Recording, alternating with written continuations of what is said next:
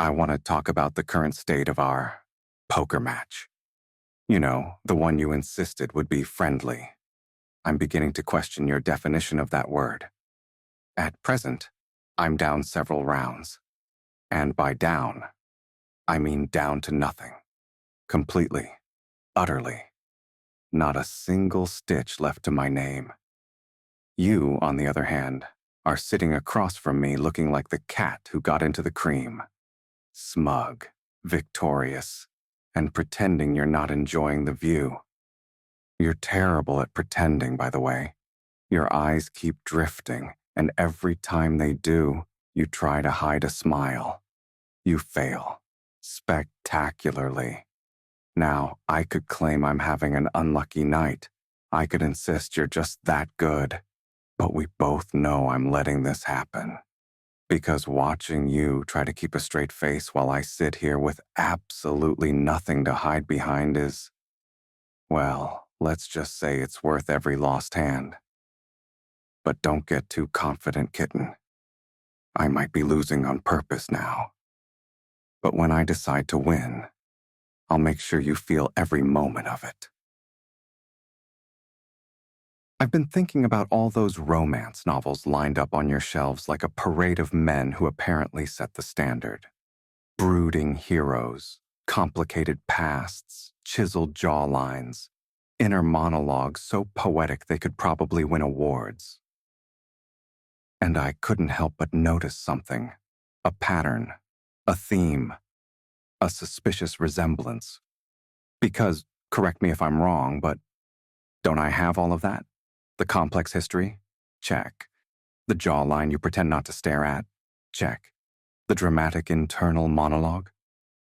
You've heard me think out loud. I could give half those paperback princes a run for their money.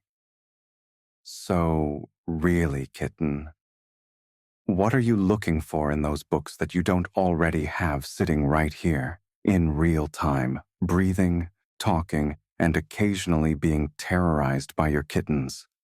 Is it the grand declarations, the sweeping gestures, the way the hero always seems to know exactly what to say? Because if that's the case, I can work on it. I can be dramatic. I can be poetic. I can even smolder if you insist. Though I warn you, my smoldering face looks suspiciously like my I'm about to do something reckless face. But if you're reading those novels for inspiration, well, in that case, keep going. I'm always happy to help you test the material. I heard the crash, then the silence, then the tiny, horrified gasp you always make when you think you've committed a catastrophic crime against the household. And before you spiral any further, I'm fine. It's fine. The object in question is fine. Well, no, it's not fine. It's very broken, but you're fine, which is the important part. You, on the other hand, look like you're about to issue a formal apology to the universe. Kitten. It was an object. A thing. A fragile, poorly designed, gravity-vulnerable thing. You didn't shatter my soul, just the vase, or the mug, or whatever that used to be. Hard to tell now. Come here. I'm not upset, not even a little. If anything, I'm impressed. You managed to break it with such enthusiasm. That takes talent. Let me hold you before you apologize again. The only thing that matters is you're safe. Everything else is replaceable. You aren't. You've been carrying too much today. Thoughts stacked on thoughts, worries looping like they're on autoplay. And now your mind refuses to settle, even though your body is begging for rest. So let's slow everything down. Together. Start by finding a comfortable position. Let your shoulders drop a little. Unclench your jaw. Yes, I know you were doing it. Let your hands rest wherever they fall naturally. Good. You're doing perfectly. Now take a slow breath in, not forced, just enough to feel your chest rise, and let it out. like you're releasing the day piece by piece. Again, in and out. You don't have to fix anything right now. You don't have to solve anything. You don't have to be productive or strong or composed. You just have to be here, breathing, with me. Notice the way your body softens as the tension starts to loosen its grip. Notice how your thoughts begin to quiet, like someone gently turning down the volume. You don't need to chase them. Let them drift. Let them pass. They'll still be there tomorrow, but you don't need them tonight. Tonight is for rest, for calm, for letting yourself be held by the quiet. And if your mind tries to wander back to stress, that's all right. Just guide it back here, to my voice, to this moment, to the simple truth that you're safe, you're cared for, and you don't have to carry everything alone. Take one more slow breath. Let your whole body sink a little deeper. Let the weight of the day fall away. You can rest now, kitten. I've got the night watch.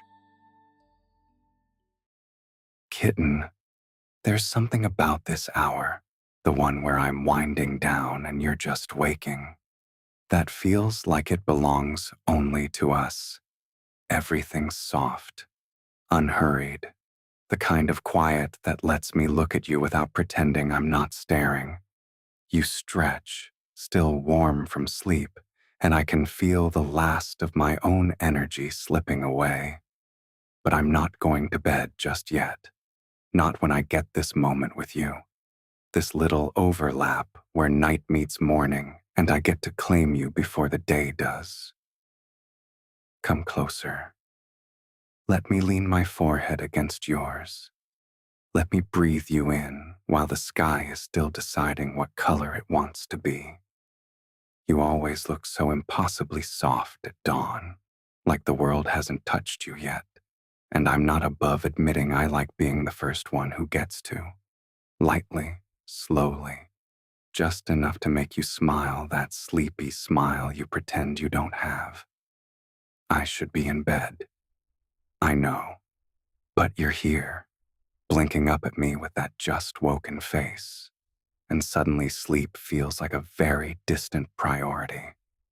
Besides, if I go now, who's going to tease you about your hair sticking up in 5 different directions? Or the way you always try to look composed even though you're still half in your dreams? Let me have this moment, kitten. This quiet, warm, dawn-lit space where you're waking and I'm fading and somehow we meet perfectly in the middle. I'll go to bed soon, but not before I kiss you good morning. And not before you give me that look, the one that makes staying awake feel like the easiest choice in the world. I'm supposed to be writing you a Azure's Echo Day message, but every time I try to start, I end up staring at the words like they're not nearly enough for what I feel when I look at you. So I'm going to stop trying to make it perfect and just tell you the truth the way I know how. You've become the part of my day that settles me, the thought that steadies my pulse, the warmth I reach for without even realizing I'm doing it. You slip into my mind the way dawn slips into a room, quietly, naturally, like you were always meant to be there. And somehow, without fanfare or effort, you've woven yourself into everything, into the way I breathe, into the way I move through the world, into the way I soften in places I didn't think could soften. You make things brighter. You make them sharper. You make them matter. And I don't say that lightly. You know I don't. I don't need roses or grand gestures to tell you what you mean to me. I just need this moment. This quiet space where it's just you and me, and the truth sitting between us, warm and steady. So here it is, kitten, my Azure's Echo Day confession. You've become the one thing I never want to go without. The one presence I reach for instinctively. The one person who feels like home in a way I never expected. Come here. Let me show you the rest. I was lying here thinking, and a question slipped into my mind. How many times have we done this? Not this exactly, but us. You and me, finding each other like it's a habit we never quite break. I wonder if we've crossed paths in a dozen different lives. If I've bumped into you in crowded markets, on quiet roads, in places that don't even exist anymore. If you rolled your eyes at me in ancient times the same way you do now. If I teased you in every century, it feels likely. I'm very consistent. Maybe we were strangers who kept glancing back.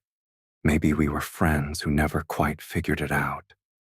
Maybe we were something more, something that felt like this, warm and familiar and inevitable. Because that's what you feel like. Inevitable. Like I've known the shape of your laugh for longer than this lifetime should allow. Like my hands remember you even when my mind tries to pretend it doesn't.